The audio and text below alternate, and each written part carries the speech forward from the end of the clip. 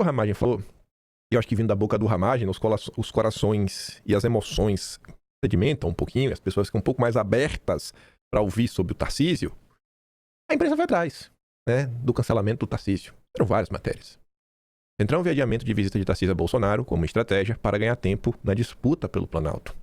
A avaliação é que o encontro poderia carimbar apoio ao filho do ex-presidente, enquanto adiamento preserva margem de manobra do governador para 2026. O adiamento da visita do governador de São Paulo, Tarcísio de Freitas, republicanos, ao ex-presidente Jair Bolsonaro, foi interpretado por lideranças do Centrão como um movimento para ganhar tempo e meio indefinição da direita na disputa pela presidência.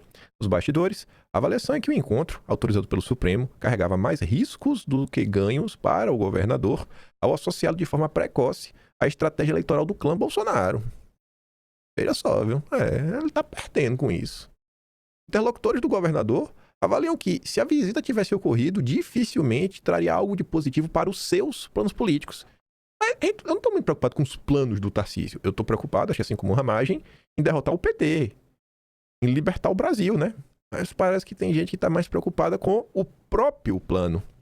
A avaliação é que Bolsonaro já fez sua escolha ao indicar o filho como pré-candidato à presidência e que uma conversa privada pouco alteraria esse cenário. Ainda assim, a percepção predominante é que o adiamento acabou sendo mais vantajoso para Tarcísio do que o encontro em si. A percepção do Centrão, dos aliados de Tarcísio, o cara foi bom. Foi melhor do que ele se tivesse ido.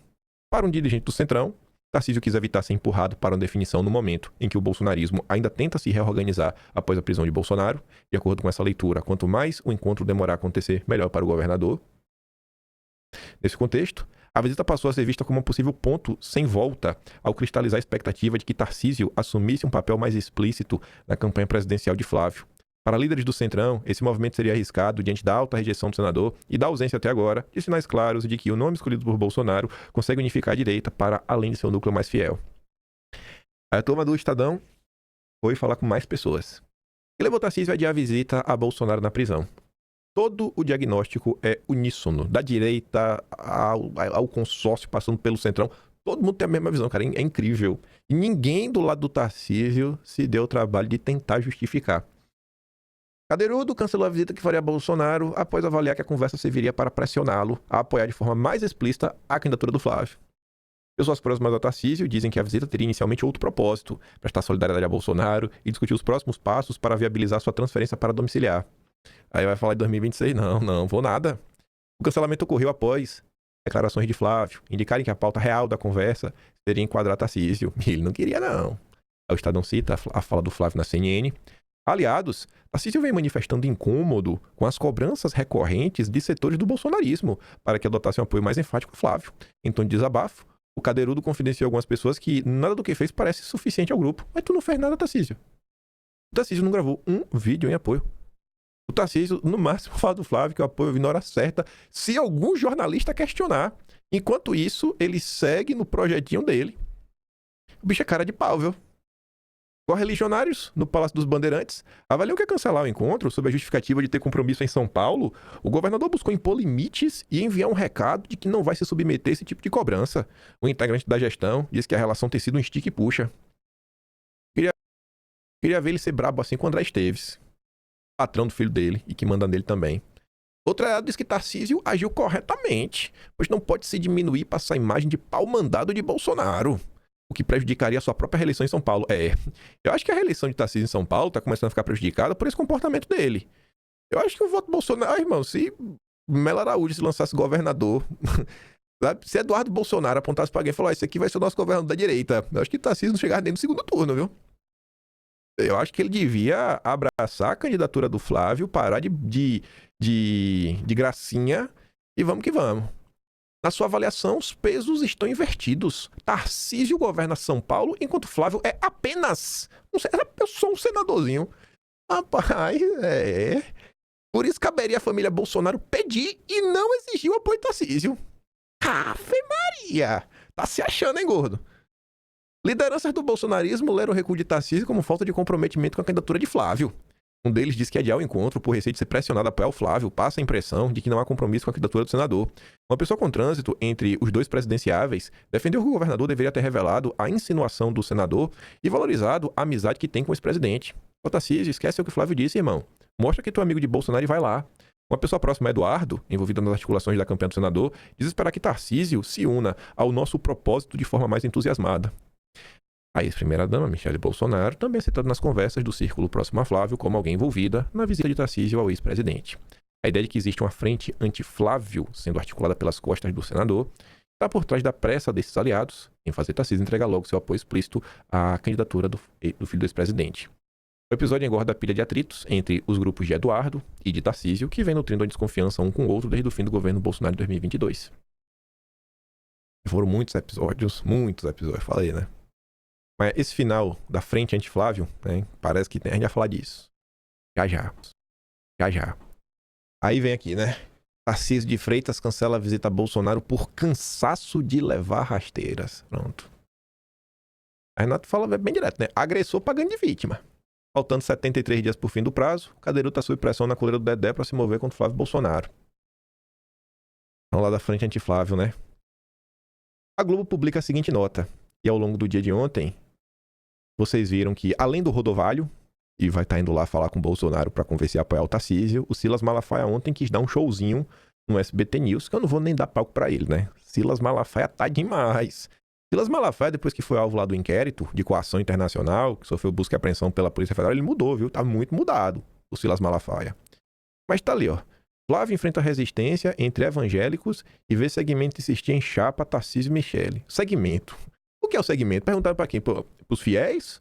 Ou perguntaram para a cúpula de alguns pastores? Líderes religiosos leem articulação por domiciliar como sinal de força e coordenação política e insistem em alternativa eleitoral considerada mais competitiva para 2026. A Renato fala assim, né? Todo mundo dizia que ia seguir e ia respeitar a decisão do Jair. Aí o Jair lá confirmou mais de uma vez, escreveu uma carta, foi um presente de Natal para os bolsonaristas nesse Brasil, para quem quer se livrar do PT, lutar pela liberdade, que foi no dia 25 de dezembro.